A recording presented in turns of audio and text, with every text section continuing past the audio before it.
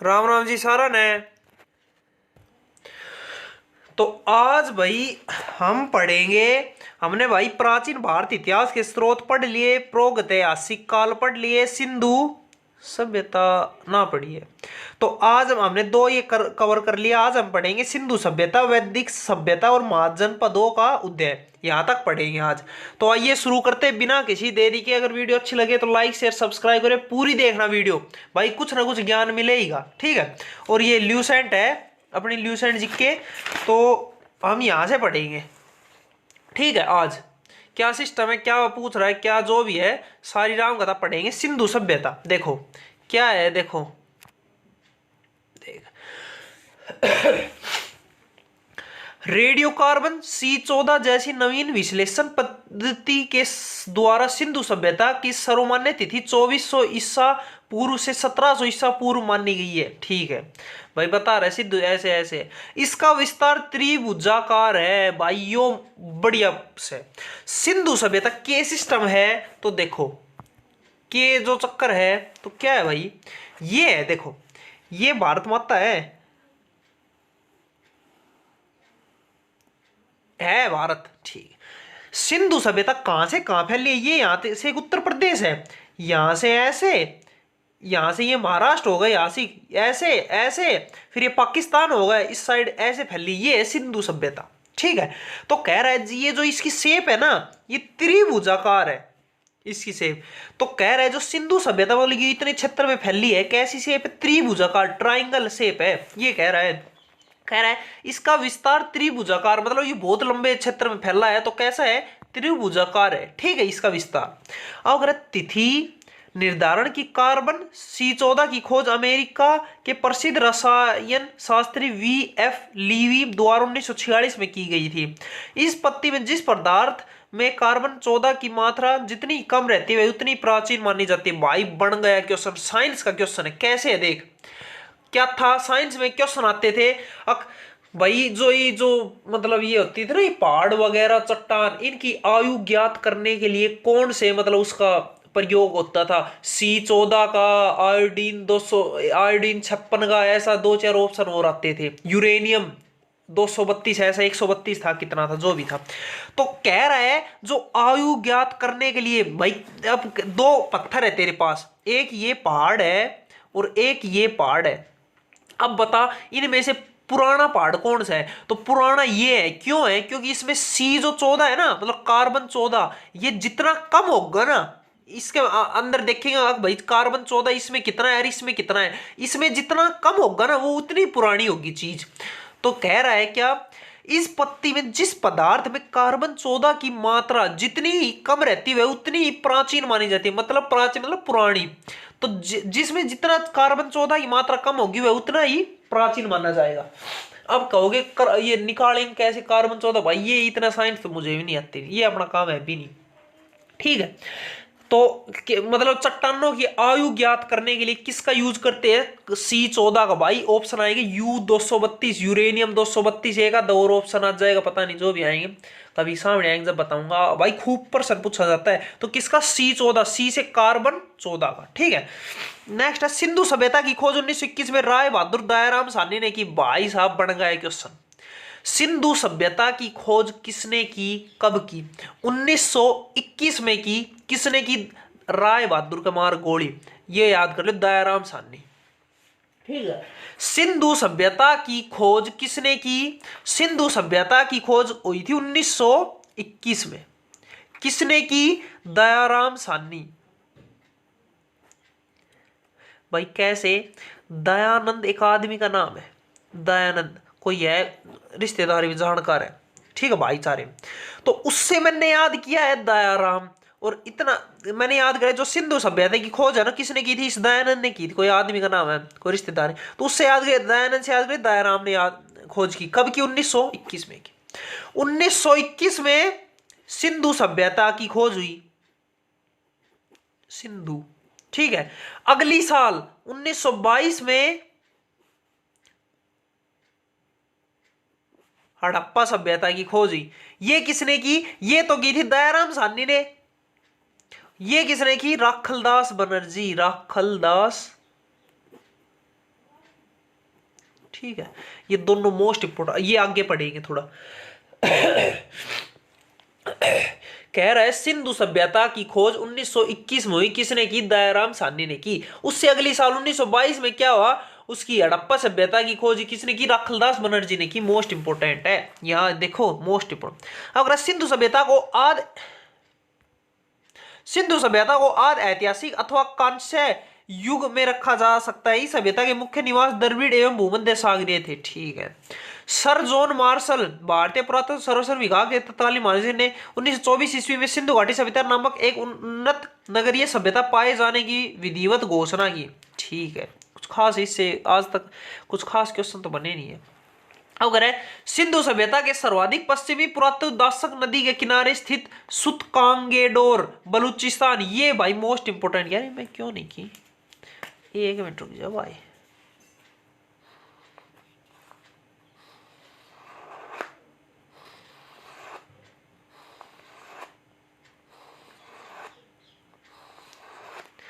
ठीक है, क्या कह रहा है? ये कह रहा है जो सिंधु सभ्यता है ना, तो ये कह रहा है, देख ये कह रहा है, देख एक मिनट, सिंधु सभ्यता के सर्वाधिक पश्चिमी पुरातत्व दाशक नदी के किनारे, पश्चिम में तो कहां तक फैली है? बलूचिस्तान तक फैली है, सुतकांगेडोर तक। पूर्व में हिंडन नदी के किनारे, हिंडन नदी कहां पर? उत्तर प्रदेश में, आलमगीरपुर जिला, मेरठ जिले में उत्तर प्रदेश तक फैली है। उत्तर में कहां पर फैली है? उत्तर में फैली है पुरातत्व चेनाब नदी तक फैली है। और दक्षिण में कहां तक? दक्षिण में गोदावरी नदी तक, दाइमाबाद जिला है, मतलब महाराष्ट्र में फैली। देख, अब ये थी सिंधु घाटी सभ्यता दिखाई, ये अपना उत्तर प्रदेश, यह है मेरठ, तो मतलब इस साइड क्या? पूर्व में तो कहां तक फैली है? पूर्व ही है ना, हाँ, पूर्व में कहां तक फैली है? पूर्व में यहां मेरठ तक फैली, ये मेरठ तक है। दक्षिण में कहां तक है? दक्षिण में गोदावरी नदी, यहां से ना महाराष्ट्र में बहती है गोदावरी नदी। ठीक है, अहमदनगर क्या नाम है जिले का, वहां तक है। पूर्व में यहां तक, कहां पर? यहाँ पूर्व जम्मू कश्मीर है, यहां तक है ये ऐसे। तो यहां कहां तक फैली है? ये है चेनाब नदी तक, चेनाब नदी। चेनाब नदी का जो पुराणों में क्या नाम है? इसका नाम है अस्कनी। जो आज के टाइम में तुम चेनाब नदी कहते हो ना, इसको पुराना जमाना, मतलब आदम का जमाना क्या नाम था? इसका नाम था अस्कनी।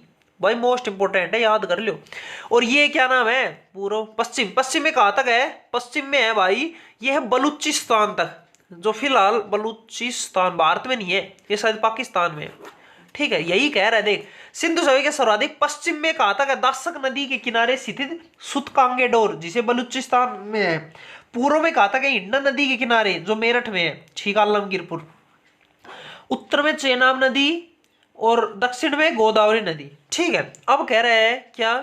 ये कह रहा है भाई, अब सिंधु सभ्यता या सैंधव सभ्यता नगरीय सभ्यता थी। सैंधव सभ्यता से प्राप्त परिपक्व अवस्था वाले स्थलों में केवल 6 कोई बड़े नगर की संख्या दी गई। मोहनजोदड़ो, हड़प्पा, गनवारीवाला, राखीगढ़ी, धोलावीरा एवं कालीबंगन। भाई साहब खूब प्रश्न पूछे जाएंगे, मोहनजोदड़ो से, हड़प्पा से, राखीगढ़ी से, धोलावीरा से, कालीबंगे, गणवारी लाल, ये मैंने आज इसमें देखा है। बाकी इनसे काफी प्रश्न पूछे जाते हैं, आओ देखते हैं क्या।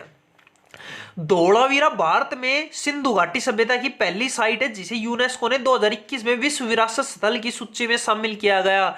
मस्ट इंपोर्टेंट है, धोलावीरा को यूनेस्को विश्व धरोहर में कब शामिल किया गया? इसे किया गया 2021 में। अब सुनो, कल मैंने एक चीज पढ़ाई थी, जब हम पढ़ी हो तो थारी याद हो, टिक टिक ट्रिक के नाम थो, अरे खजूराहो में थो ना, हाँ, अरे यार खजूराहो में वो गुफा थी ना, भीम बेट का गुफा, भीम बेट का गुफा, कल वही पढ़ा है, तो यही बताता हूँ। इसे यूनेस्को में कब शामिल किया गया? अगर भाई कल की क्लास ली थी तो आप बताते होगा, देख लो। ना पतो तो ठीक, पतो तो ठीक, बाद में बताऊंगा, बाद में क्या अभी बताऊं। इसे किया गया 2003 में। मैंने कहा था मेरा जन्म 2001 में हुआ था, उसके 2 साल बाद 2003 में, जुलाई 2003 में, मेरे भी याद से भाई थारा को। ठीक है, भीमबेटका गुफा जो यूनेस्को खजुराहो मध्य प्रदेश में, उसे कब शामिल किया गया? उसे जुलाई 2003 में शामिल किया गया। धोलावीरा कहां पर है? गुजरात में है, गुजरात, याद कर लो। धोलावीरा कहां पर है? ये दो धोलावीरा आप नाम सुनते हो, ये कहां पर है धोलावीरा? तो ये है भाई गुजरात में। कट गयो। धोलावीरा को कब शामिल किया गया? तो भाई धोलावीरा को शामिल कब किया गया? धोलावीरा इसको शामिल किया गया 2021 में। अब 2024 चल रही है। स्वतंत्रता प्राप्ति पश्चात हड़प्पा संस्कृति के सर्वाधिक स्थल गुजरात में खोजे गए हैं। ठीक है।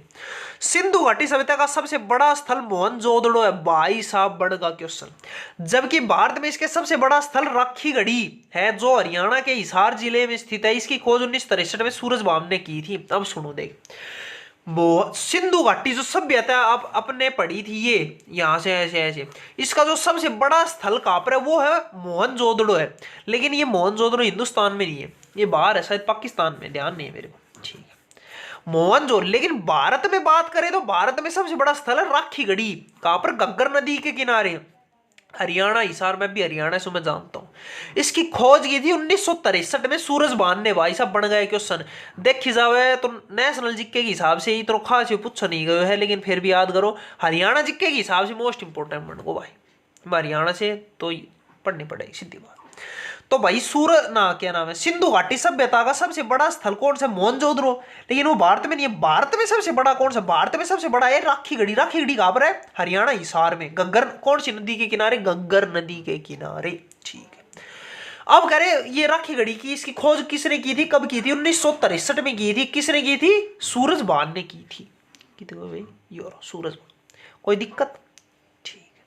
धोलावीरा को कब शामिल किया गया यूनेस्को में? 2021 में। और उसको भीमबेटका गुहा 2003। अगर लोथल एवं सुतकोतदा सिंधु सभ्यता का बंदरगाह था लोथल। भाई साहब खूब प्रश्न पता कैसे पूछ जाओगे? देख ऑप्शन मतलब प्रश्न कुछ भी दे देखो, कहोगे मिलान कीजिए। पहला ऑप्शन आओगे लोथल, फिर आओगे धोलावीरा, फिर मान ले मोहनजोदड़ो, फिर ऑप्शन आओगे मछली पालन के लिए, बंदरगाह के लिए, स्नान घर। तो बताओ फिर ऑप्शन 4 जो ऑप्शन नहीं पेपर में 1 2 3 4 पर का हो, पहले का सी, दूसरे का सी, ऐसे जो आप समझ गए होगा मैं क्या कहना चाहूं। तो लोथल के सिस्टम तो लोथल था ना, ये एक बंदरगाह का नाम था, बंदरगाह थी ये, बंदरगाह। तो लोथल क्या थी? ये भी गुजरात में है।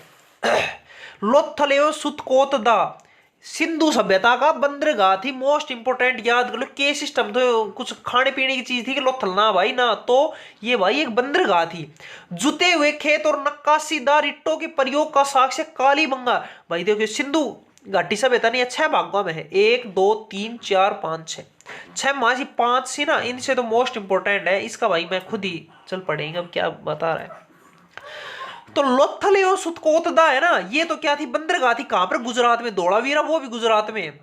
जुते हुए खेत और नक्काशीदार ईंटों के प्रयोग का साक्ष्य कालीबंगा से प्राप्त हो। भाई साहब ऑप्शन पर्सन बन गया मोस्ट इंपोर्टेंट। कहेगा जुते हुए खेत के प्रमाण किस सभ्यता से, मतलब किससे प्राप्त होते हैं?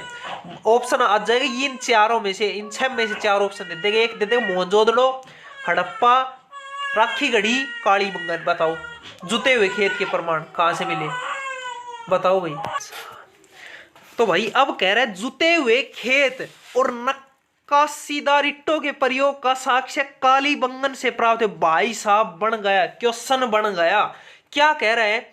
ऑप्शन आएगा जुते हुए खेत के प्रमाण किससे मिलते हैं? 4 ऑप्शन इनमें दे देगा। तो सुनो कैसे याद करो, देख कालीबंगन, जुते हुए खेत, मतलब भाई खेत वगैरह किससे आए थे? जुते हुए खेत। कैसे याद करोगे? देख खेत में काम करोगे तो क्या होगा? धूप में काम करोगे काले पड़ोगे, होगे ना कालो, काले काले।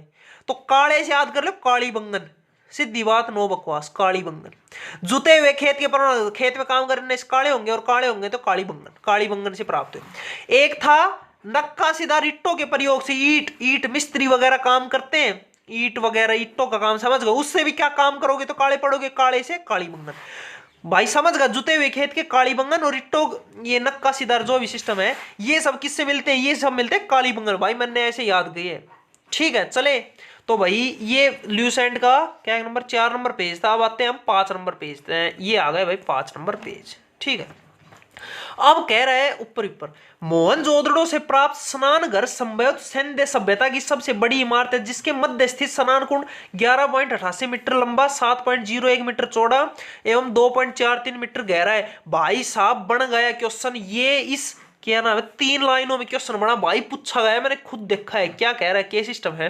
तो सुन मेरी बात, कह रहा है मोहनजोदड़ो है ना, मोहनजोदड़ो, मोहनजोदड़ो में मतलब जो सबसे बड़ी जो चीज थी मोहनजोदड़ो, इसमें सबसे बड़ी जो चीज थी, जो भी सिस्टम इमारत वगैरह, वो क्या थी, वो थी स्नान घर था, बहुत बड़ा था स्नान घर। घर क्या था लिखा, घर, ठीक है, स्नान घर था ना यार, गार है तो स्नान गार था। अब ऑप्शन भाई कुछ भी 3-4 ऑप्शन दिया करी भी दे दीगा, ठीक है। तो सबसे बड़ी इमारत क्या थी, स्नान घर थी नहाने के लिए, किसमें थी, मौजो।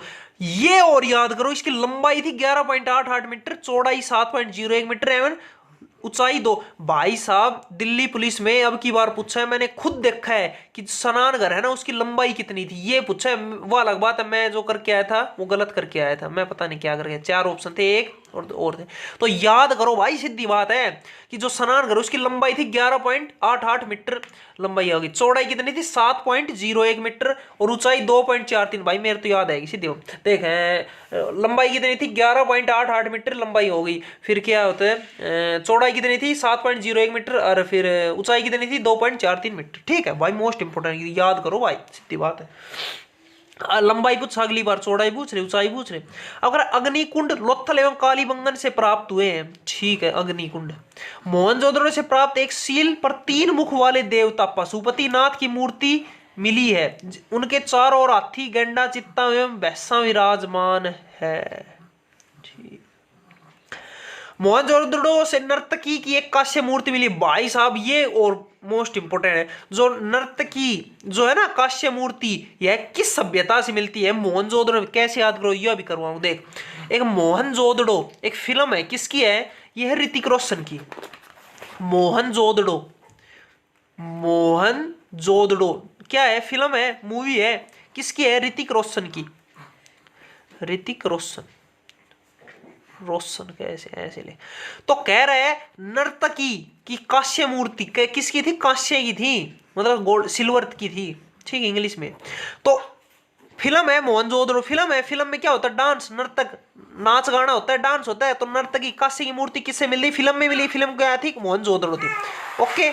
ये ऐसे याद कर लो भाई, मैं तो ऐसे याद कर, जो मोहनजोदड़ो फिल्म में क्या है, जो नर्तकी नाचती हुई कुछ कांस्य की मूर्ति मिली थी, तो फिल्म में मिली, फिल्म कौन सी, मोहनजोदड़ो, ठीक है।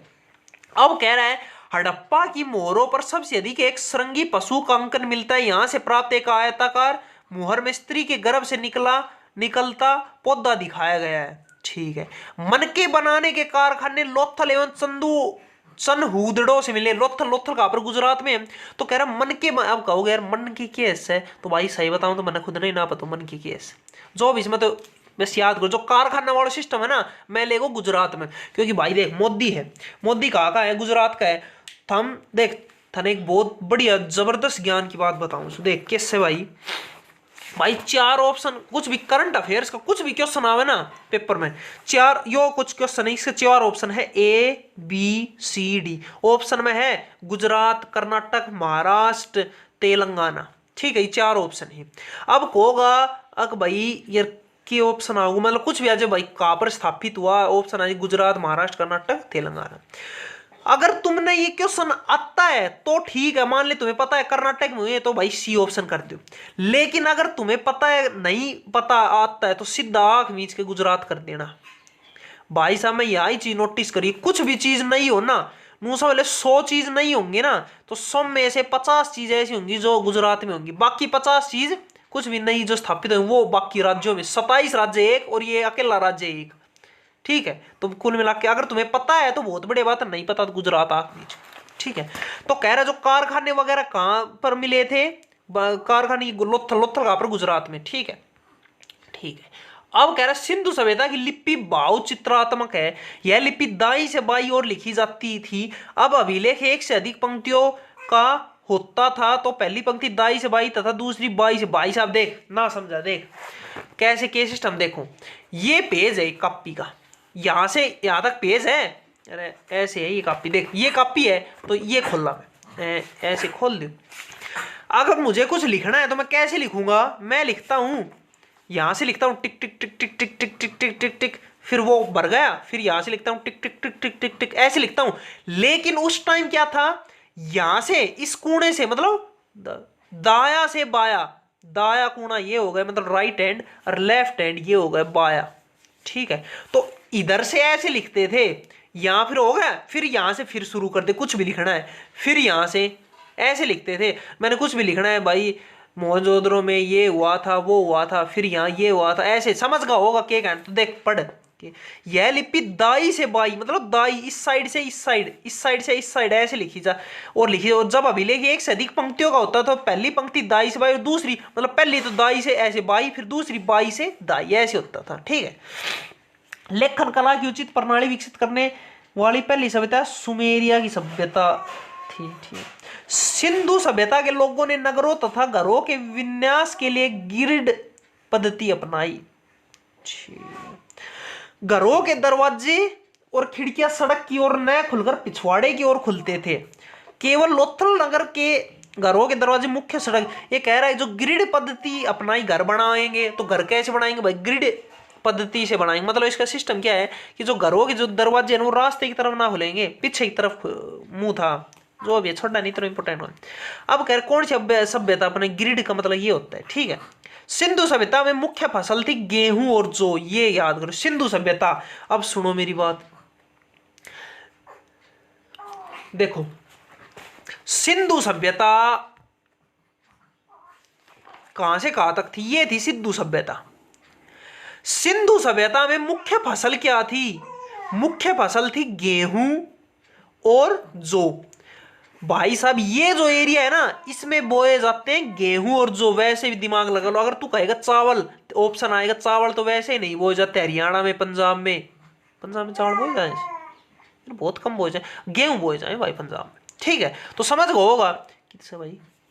तो सिंधु सभ्यता में मुख्य फसल क्या थी, मुख्य फसल थी गेहूं और जौ थी मुख्य फसल। ठीक है, मुख्य फसल क्या थी भाई, गेहूं और जौ। ठीक है, सिंधुवासी मिठास के लिए शहद का प्रयोग करते थे। ऑप्शन आ जाए मिठास के लिए किसका करते थे, शहद, गुड़, चीनी, एक और हो जाएगा कुछ भी, तो शहद का करते थे। मिट्टी से बने हल्का साग से बनमाली से मिला है।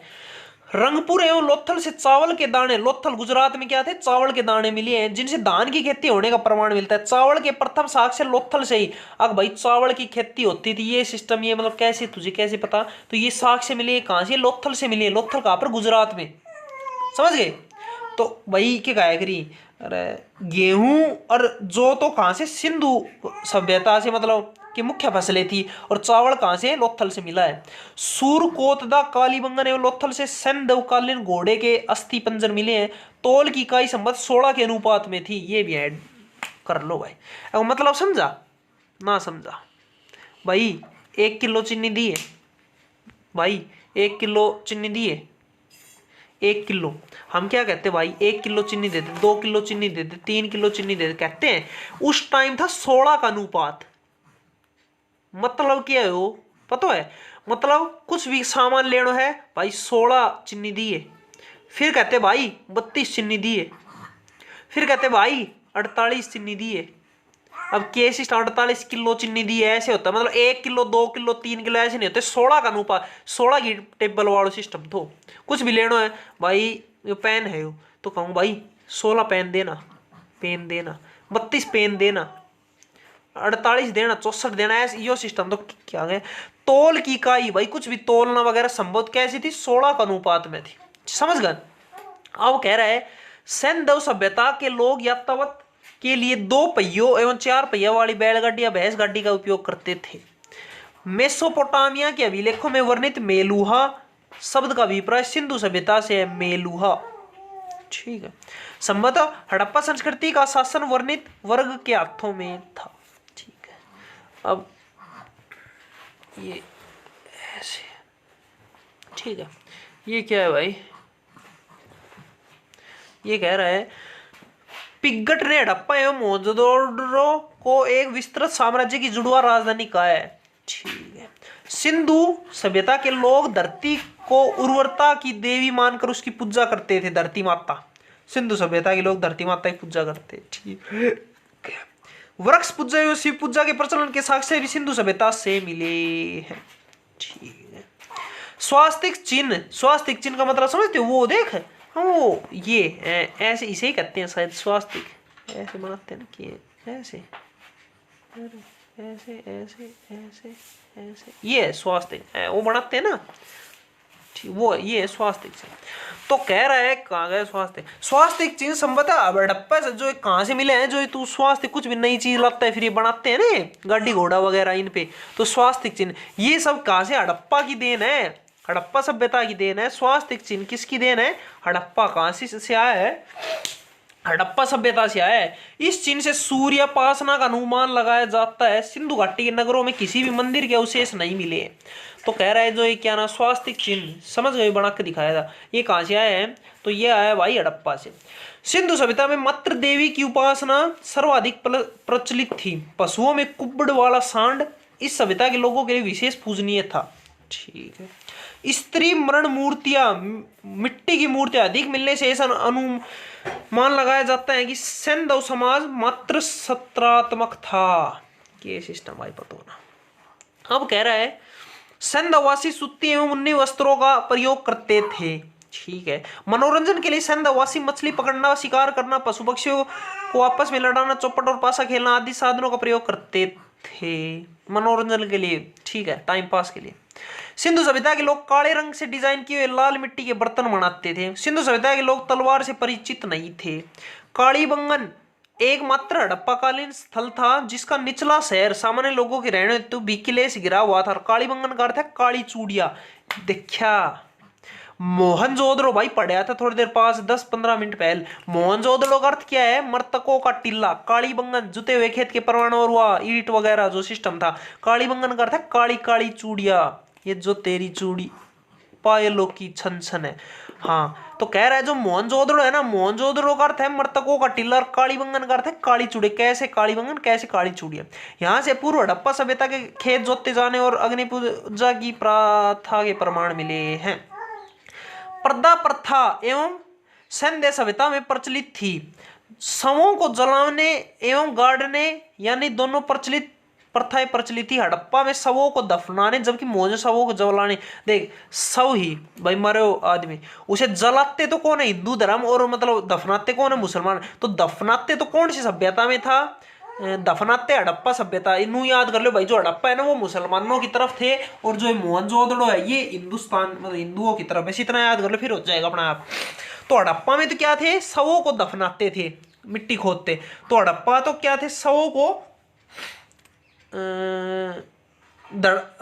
हड़प्पा क्या थे, शवों को दफनाते थे। और मोहनजोदड़ो क्या थे, शवों को जलाते थे। मोहनजोदड़ो फिल्म है, फिल्म में कौन सा एक्टर था, ऋतिक रोशन क्या हिंदू, तो वो मरे तो कन्या मतलब क्या हिंदू है तो क्या करेगा, शवों को जलाते थे। तो इससे याद करो मोहनजोदड़ो शवों को जलाते थे, हड़प्पा दफनाते थे। सैंधव सभ्यता के विनाश का संभव सबसे प्रभावी कारण बाढ़ था। आग में पकी हुई मिट्टी को टेराकोट्टा कहा जाता था। अच्छा जी, अब देख ये भाई कुछ है, ये थोड़ी याद करने जोगा है, कुछ पॉइंट ही इंपॉर्टेंट। ठीक है, क्या कह रहा है, देख हड़प्पा भाई साहब जो मैं ये वो हाईलाइट कर रखी ना, ये सबसे इंपॉर्टेंट है। प्रश्न पूछेगा हड़प्पा सभ्यता किस नदी के किनारे है, हड़प्पा है रावी नदी के किनारे। भाई याद कर लो, रट लो, कुछ कर लो। रावी नदी, पंजाब में 5 नदी ही, तो रावी उनमें से एक है। हड़प्पा सभ्यता खोज 1921, ये बाकी के 2 नाम याद मत करो, कोई दिक्कत नहीं है। हड़प्पा की खोज 1921 में की थी, दयाराम साहनी ने की थी। उससे अगली साल 1922 में राखलदास बनर्जी ने की मोहनजोदड़ो की खोज। अब कह रहा है हड़प्पा किस नदी के किनारे है, हड़प्पा है भाई रावी नदी के किनारे। मोहनजोदड़ो किस नदी के किनारे, मोहनजोदड़ो है सिंधु नदी के किनारे। कैसे, मोहनजोदड़ो भाई हिंदुस्तान में नहीं है, सिंधु घाटी सभ्यता का सबसे बड़ा जो मतलब क्षेत्र वगैरह है वो मोहनजोदड़ो अभी पढ़ा था। तो मोहनजोदड़ो कहाँ पर है, विदेश मतलब शायद पाकिस्तान में है। तो कहाँ पर है, सिंधु नदी के किनारे। पाकिस्तान जो सिंधु हिंदुस्तान में भी है, पाकिस्तान में भी है। तो जो पाकिस्तान में जो सिंधु नदी है ना वहाँ पर है ये मोहनजोदड़ो, उसके किनारे। चनहूदड़ो ये भी सिंधु नदी के किनारे। कालीबंगन है घग्गर नदी। कैसे याद करोगे, कालीबंगन काला कौन होगा, जो खेतों में काम करे। खेतों में काम राजस्थान में धूप ज्यादा पड़ती है, जो रेगिस्तान है, गर्मी में काला होगा तो घग्गर नदी है। तो कालीबंगन कहाँ पर है, घग्गर नदी। कोट दिज्जी रंगपुर रोपड़ भाई देख रोपड़ जो प्रमुख स्थल है ये किस नदी के किनारे है, अब कह रहे हैं रोपड़, रोपड़ किस नदी किनारे? सतलुज। भाई कैसे याद करो, देख रोपड़ पंजाब का एक जिला है, सर्च मार लियो मैप गूगल मैप में, पंजाब का एक जिला है रोपड़, और पंजाब में नदी बहती है सतलुज। बस इतना बहुत, पंजाब में 4-5 नदी है, तो उनमें से एक सतलुज याद कर ले। ऐसे को लोथल, लोथल गुजरात में, गुजरात में भोगवा नदी, अभी बताया था ना गुजरात में स्थित है।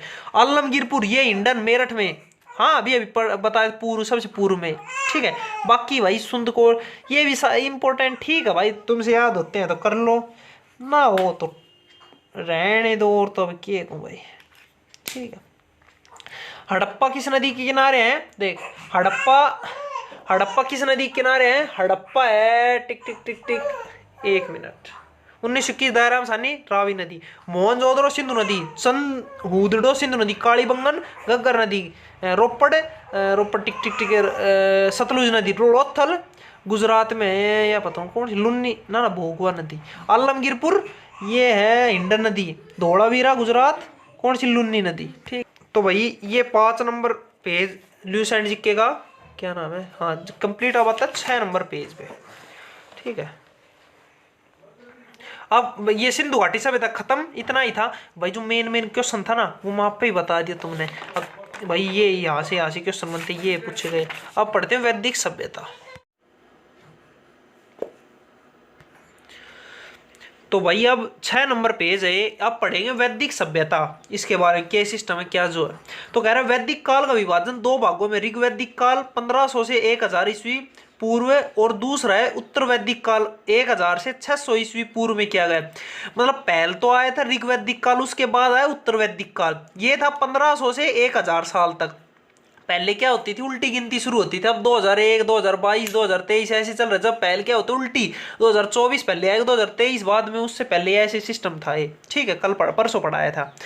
अब कह रहे आर्य सर्वप्रथम पंजाब एवं अफगानिस्तान में बसे। आर्य जो है उसके बारे में, वो अफगानिस्तान और पंजाब में आए थे। मैक्स मुल्लर ने आर्यों को मूल निवास स्थान मध्य एशिया को मानना है।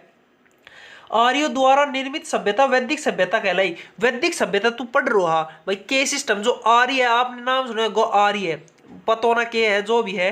तो जो आर्यों ने जो सभ्यता अपनाई थी ना, उसे कहते हैं वैदिक सभ्यता, ठीक है। ठीक है, द्वारा निर्मित सभ्यता वैदिक सभ्यता कहलाई। यह एक ग्रामीण सभ्यता थी। आर्यों की भाषा संस्कृत थी। आर्यों की भाषा कौन सी थी? संस्कृत थी, ठीक है।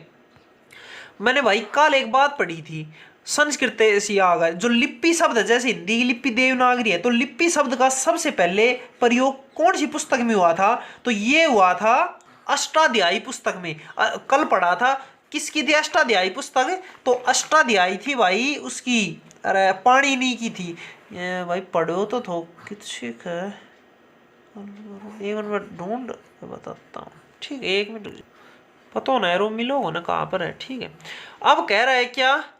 अब कह रहा है आर्य भाषा संस्कृति। आर्य शब्द भाषा समूह को इंगित करता है। आर्यों के प्रशासनिक इकाई आरोही क्रम से इन 5 भागों में बांटा है। कुल ग्राम, विष, जन, राष्ट्र। ग्राम के मुखिया ग्रामीणी, विष का प्रधान विषपति एवं जन के शासक राजन कहलाते हैं, ठीक है। गांव का प्रधान जिसे आप सरपंच कहते हैं उसे ग्रामीणी कहते थे।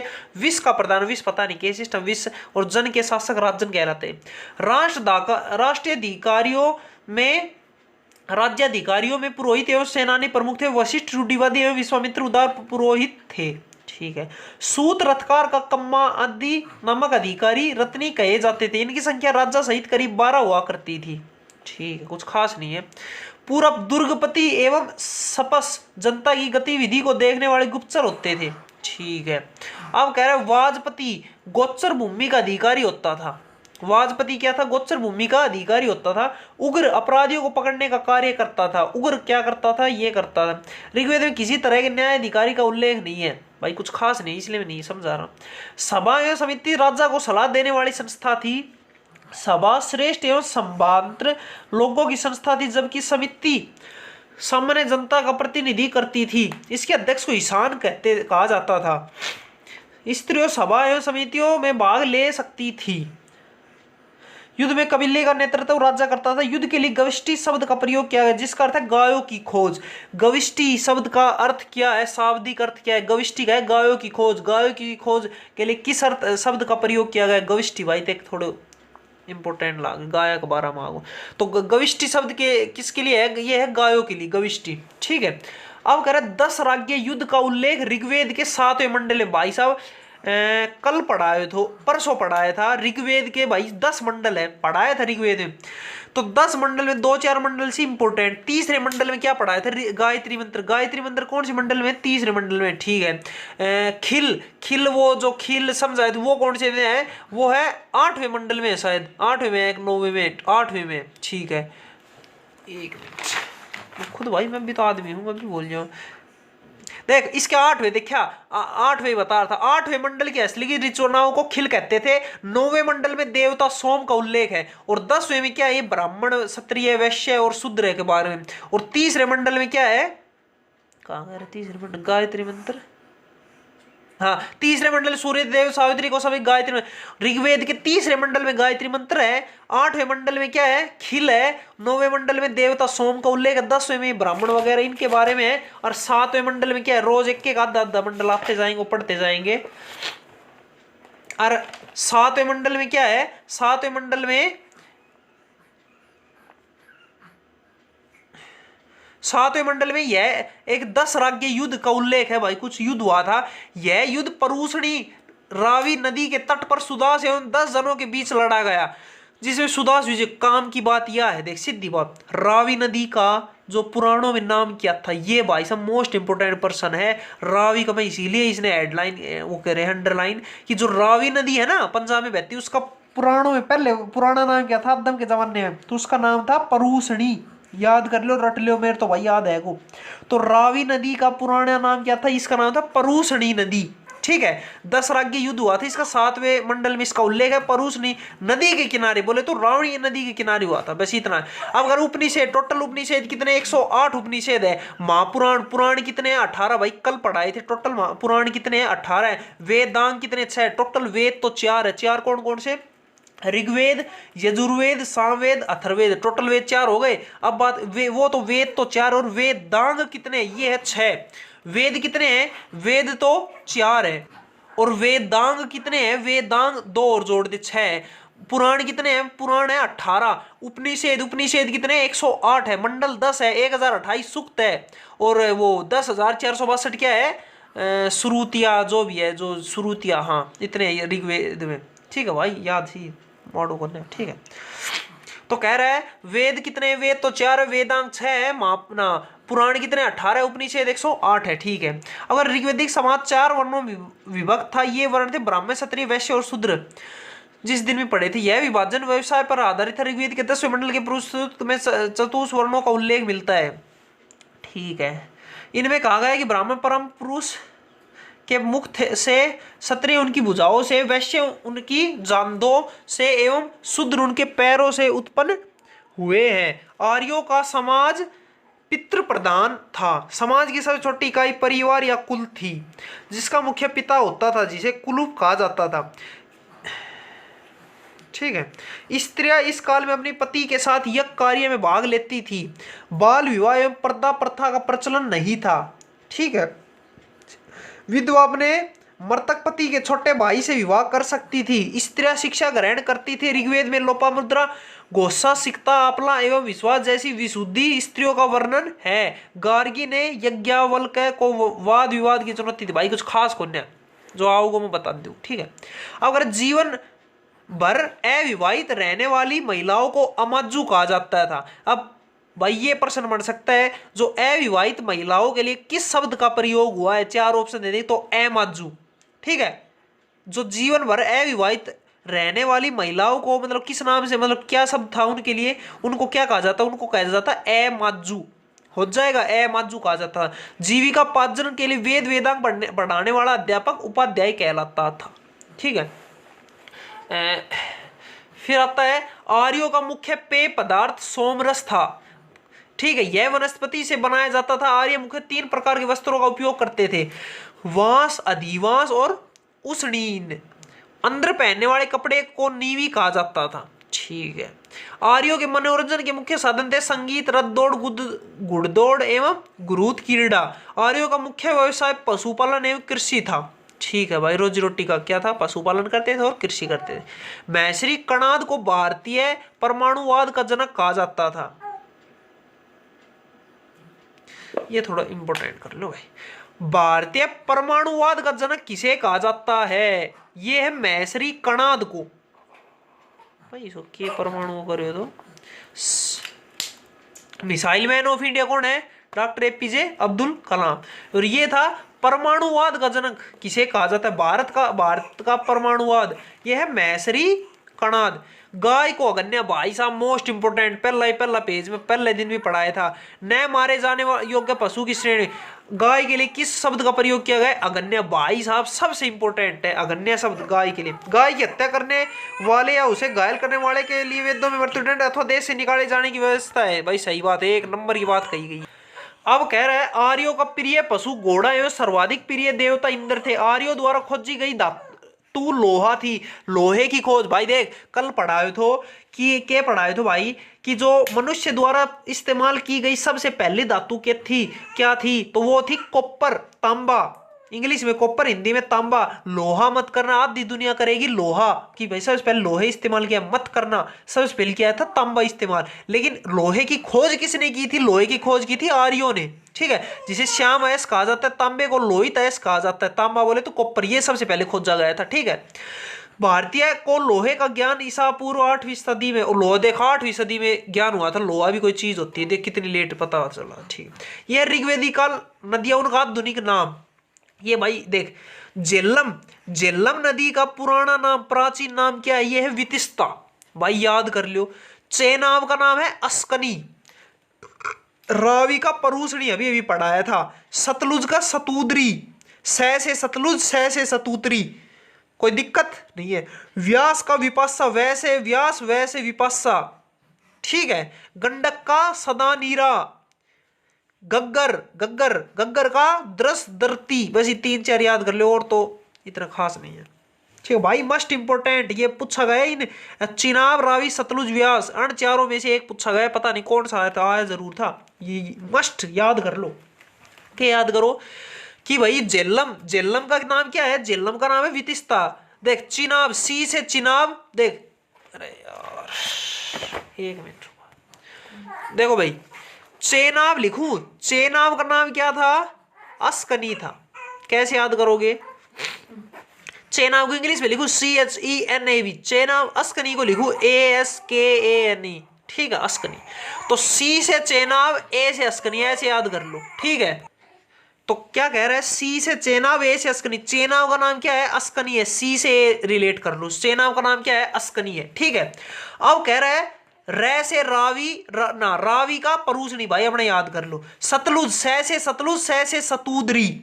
वैसे व्यास, वैसे विपाशा, व्यास का विपाशा, सतलुज का सतूद्री, और रावी का परूसणी, और चिनाब का अस्कनी, झेलम का वितिस्ता, और गंडक का सदानीरा, और गग्गर का द्रस दर्ती। भाई एक बार में याद नहीं होंगे, धीरे धीरे हो ही जाएंगे याद, कोई दिक्कत नहीं, धीरे धीरे हो जाएंगे याद, एक बार नहीं होंगे, ठीक है। अगर व्यापार हेतु दूर दूर तक जाने वाला व्यक्ति को पणी कहते थे। पानी वाली, पानी पैदे लेकर डोल खड़ी है, हाँ भाई पणी है। अगर लेन देन में वस्तु विनिमय की प्रणाली प्रचलित थी, ऋण, ये सब पढ़ रहे हैं वैदिक समाज में, भाई क्या क्या चलता था क्या नहीं चलता था, ठीक है। अब कह रहे हैं ऋण देकर ब्याज लेने वाले को वेकनाट कहा जाता था। मनुष्य एवं देवता के बीच मदस्यत की भूमिका निभाने वाले देवता के रूप में अग्नि की पूजा की जाती थी। ऋग्वेद में उल्लिखित नदियों में सरस्वती सबसे पवित्र मानी जाती थी। ऋग्वेद में गंगा का एक बार और यमुना का उल्लेख 3 बार हुआ है। ऋग्वेद में जो गंगा नदी, गंगा के बारे में यार कुछ खास ना पढ़ा पर इतिहास में कुछ खास है ही नहीं, सिंधु के बारे में सब कुछ जो पहाड़ों में, तो गंगा का उल्लेख सिर्फ 1 बार हुआ है और यमुना का 3 बार हुआ है। इनमें सिंधु नदी का उल्लेख सबसे ज्यादा बार, सर्वाधिक बार हुआ है, क्योंकि सिंधु उस साइड के पड़ते हैं ना। उत्तर वैदिक काल में इंद्र के स्थान पर प्रजापति सर्वाधिक प्रिय देवता हो गए थे। विष्णु के 3 पगों की कल्पना का विकास उत्तर वैदिक काल में ही हुआ है। उत्तर वैदिक काल में राजा के राज्याभिषेक के समय राजसूय यज्ञ का अनुष्ठान किया जाता था। उत्तर वैदिक काल में वर्ण व्यवसाय की बजाय जन्म के आधार पर निर्धारित होने लगे थे। ठीक है, ये क्या है, ऋग्वैदिक कालीन देवता। देवता है, इंद्र का देवता इंद्र, ये तो बारिश से है, वर्षा, ठीक है। अग्नि का अग्नि से है, वरुण, ये सब गो, आकाश, सोम वनस्पति देवता है। सोम, सोम का उल्लेख कौन सा उसमें है? नौवे, नौवे उसमें मंडल में है भगवान सोम का, ठीक है। अश्वनी, पुष्ण, विष्णु, मरुत, ये सब है। अब कह रहे हैं उत्तर वैदिक काल में हल को सिरा व हल रेखा को सित्ता कहा जाता था। उत्तर वैदिक काल में निष्क और शतमान मुद्रा की इकाइयां थी। सिक्कों के चलन का कोई प्रमाण नहीं मिलता। सांख्य दर्शन भारत के सभी दर्शनों में सबसे प्राचीन है। सांख्य दर्शन, इनमें के अनुसार मूल तत्व 25, इसके अनुसार मूल तत्व 25 है, जिनमें प्रकृति पहला तत्व है। सत्यमेव जयते मुंडकोपनिषेद से लिया गया। इसे उपनिषेद में यज्ञ की तुलना फुट्टी नाव से की गई। भाई साहब मोस्ट इंपोर्टेंट है सत्यमेव जयते। भाई देखो मैं सही बताऊं, मैंने कुछ ना पता सत्यमेव जयते के बारे में, बस इतना पता है सत्यमेव जयते मुंडकोपनिषेद से लिया गया। मैंने पता ना मुंडकोपनिषेद के नाम से के सिस्टम है ना, मैंने सत्यमेव जयते के बारे में बस रट रखो है, तो थम भी रट लियो था ना, नू जानकारी जरूरी को ना थाने चाहे एक नंबर। भाई साहब बहुत मोस्ट इंपोर्टेंट है। सत्यमेव जयते कौन सी उपनिषेद से? कितना उपनिषेद से? टोटल 108 उपनिषेद थे, थोड़ी देर पहले बताया था। तो टोटल उपनिषेदों की संख्या देख कहां पर है, ये रहे उपनिषदों की संख्या 108 है। तो 108 में से जो मुंडक उपनिषेद है ना, उसमें है सत्यमेव जयते का उल्लेख, ठीक है। ठीक है, ये भाई क्या नंबर पेज है? 7 नंबर पेज है भाई ये इतिहास का। अब आता है ईसा पूर्व दूसरी सदी में राजाओं के उपयुक्त यज्ञवेदी बनाने के लिए आप स्तंभ व्यावहारिक ज्यामिति की रचना की। गायत्री मंत्र तीसरे में मंडल में था।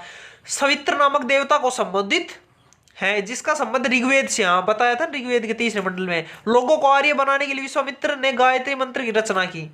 श्राद्ध की प्रथा पहल दत्ताश्रेय ऋषि के बेटे निम्मी ने शुरू की। उत्तर वैदिक काल में कौशाम्बी नगर में पहली बार पक्की ईंटों का प्रयोग किया गया। जो पक्की तुम्हारे घर बन रहे हैं ना ईंटों से, पक्की ईंटों से, तो पक्की ईंटों का घर जो सबसे पहले कहां प्रयोग किया हुआ था? ये हुआ था कौशाम्बी में। कौशाम्बी, इसके बारे में आगे आगे खूब पढ़ेंगे। तो जो ये क्या नाम है, उत्तर वैदिक काल में कौशाम्बी नगर में प्रथम बार पक्की ईंटों का पहली बार कब हुआ था, कहां हुआ था? ये हुआ था कौशाम्बी में। महाकाव्य 2 है भाई साहब मोस्ट इंपोर्टेंट, नाम सुने को, रामायण महाभारत। जब 6th-7th में हिंदी की एक किताब हुआ करती थी, उसके साथ एक और किताब आती थी उस मैगजीन वगैरह, उसमें महाभारत पूरी थी हिंदी में, भाई मजा आया करता पढ़ने में। एक 6th में महाभारत थी, 7th में रामायण थी। तो महाकाव्य कितने हैं? 2 है, महाभारत एवं रामायण। महाभारत का पुराना नाम है जय संहिता। यह विश्व का सबसे बड़ा महाकाव्य है। भाई पूछेगा सबसे बड़ा महाकाव्य, महाकाव्य 2 ही है, या तो महाभारत रामायण, दोनों लड़ाई हुई थी, ठीक है। अब अगर जय संहिता किसका पुराना नाम है, तो यह है महाभारत का। रामायण मत करना, मत करना, मत करना। तो जो महाभारत है आज के टाइम में तुम जिसे महाभारत कहते हैं, इसका पुराना नाम क्या है? इसका पुराना नाम है, क्या नाम है? जय संहिता, ठीक है। गोत्र नामक संस्था का जन्म, भाई साहब ये मोस्ट इंपोर्टेंट है, कर लो याद। तो जो महाकाव्य कितने? 2 है, एक तो महाभारत और एक रामायण, ठीक है। अगर हम महाभारत का पुराना प्राचीन नाम क्या है? ये है जय संहिता। उस टाइम जय संहिता कहते थे। यह विश्व का सबसे बड़ा महाकाव्य है। इन दोनों में भी सबसे बड़ा कौन सा? महाभारत है। 18 दिन चली थी, वही है ना कुरुक्षेत्र, 18 दिन, हाँ वही है। तो सबसे बड़ा महाभारत है। रामायण फिर भी छोटी है, 14 साल की है, फिर भी छोटी पड़ी है। ये 18 दिन में सब कुछ समझ गए। वेदांत दर्शन के मौलिक ग्रंथ ब्रह्मसूत्र या वेदांत सूत्र की रचना बद्रनारायण ने की। अब पढ़ेंगे महाजन पदों का उदय। बस 5 मिनट को काम हो रहा है। देखो भाई, हमने कहाँ तक पढ़ लियो? हमने यहाँ तक पढ़ लिया वैदिक सभ्यता। अब पढ़ेंगे महाजन पदों का उदय। इससे कुछ इंपोर्टेंट नहीं दिख रहा क्या? अब देखियो महाजन पदों का उदय, यहाँ तक पढ़ेंगे आज, यहाँ तक खत्म करेंगे, ठीक है। तो ये है महाजन पदों का उदय, यहाँ से यहाँ तक ये बस। फिर जैन धर्म आता है, जैन धर्म, बौद्ध धर्म, इन सब कल पढ़ेंगे। तो महाजन पदों का उदय क्या कह रहा था? देख, बुद्ध के जन्म के पूर्व 6वीं शताब्दी ईसा पूर्व में भारत और 16 महाजन पदों में बटा। भाई साहब मोस्ट इंपोर्टेंट बन गया। टोटल उपनिषेद कितने थे? 108। अब पूछेगा टोटल महाजन पद कितने? ये है 16। अब देख भाई, अब कहो पूछा गो महाजन पद के होता है के सिस्टम। भाई देख सीधी बात, मैंने खुद नहीं ना पता, बस मैंने इतना पता है टोटल 16 महाजन पद है। इतना मैं याद कर रहा और इससे ज्यादा बाहर कुछ आए भी कुछ, बस ये पूछ सकता है ज्यादा से ज्यादा टोटल कितने महाजन पद है। तो टोटल भारतवर्ष में 16 महाजन पद है।